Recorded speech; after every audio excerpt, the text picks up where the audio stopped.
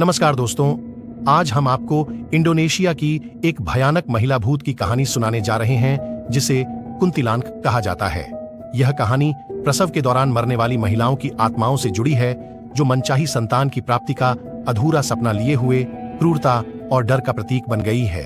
कुंतिलानक की कहानियां हर क्षेत्र में थोड़े बहुत बदलाव के साथ सुनाई जाती हैं, लेकिन उसका भयानक रूप और क्रूर प्रकृति हर जगह एक जैसी है।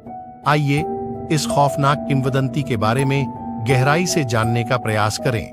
2007 में इंडोनेशिया के एक छोटे से गांव में अनीटा नामक एक महिला प्रसव के दौरान मर गई। कुछ दिनों बाद गांव में अजीब घटनाएं होने लगीं।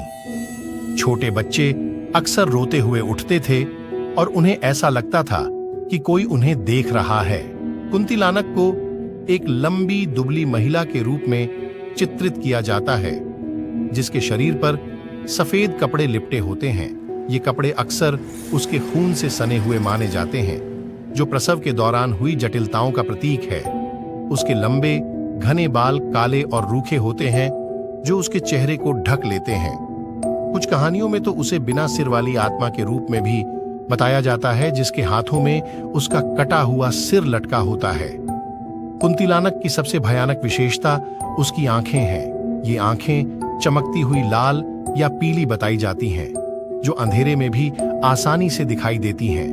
उसकी चीखें भयानक और कर्णभेदी होती हैं जो सुनने वाले को खून जमा देने वाला अनुभव देती हैं। कुंतिलानक को अलौकिक शक्तियों से युक्त माना जाता है। वह अदृश्य होने और फिर से प्रकट होने की क्षमता रखती है। कहा जाता है कि वह पेड़ों से लटककर या हवा में तैरकर लंबी दूरी तय कर सकती है।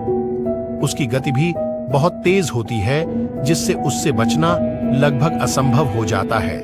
कुंतिलानक बच्चों के रोने की आवाज की नकल कर सकती है।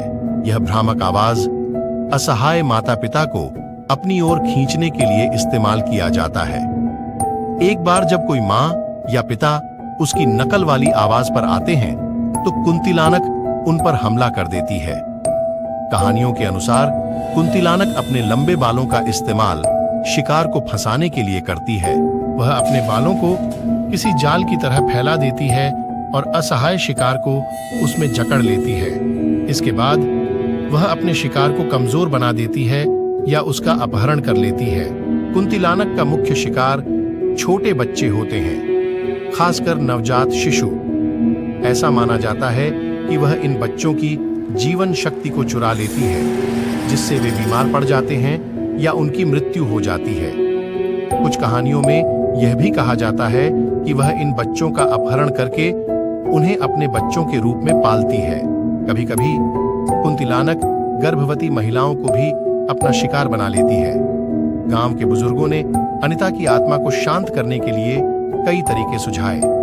उन्होंने घर के आसपास अजान प्रार्थना का आह्वान सुनाया और उन्होंने अनीता के लिए प्रार्थनाएं की। उन्होंने घर के दरवाजे और खिड़कियों पर लहसुन और प्याज भी लटकाए। कुछ दिनों बाद अनीता के पति ने एक शक्तिशाली जादूगर की मदद ली। जादूगर ने एक विशेष अनुष्ठान किया और माना जाता है कि उसने अनीता की आत्मा को शांत कर दिया।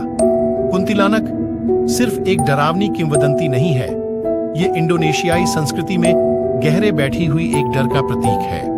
कुंतिलानक की कहानी हमें याद दिलाती है कि जीवन अनिश्चित है। अगर आपको ये वीडियो पसंद आया हो तो कृपया इसे लाइक करें और शेयर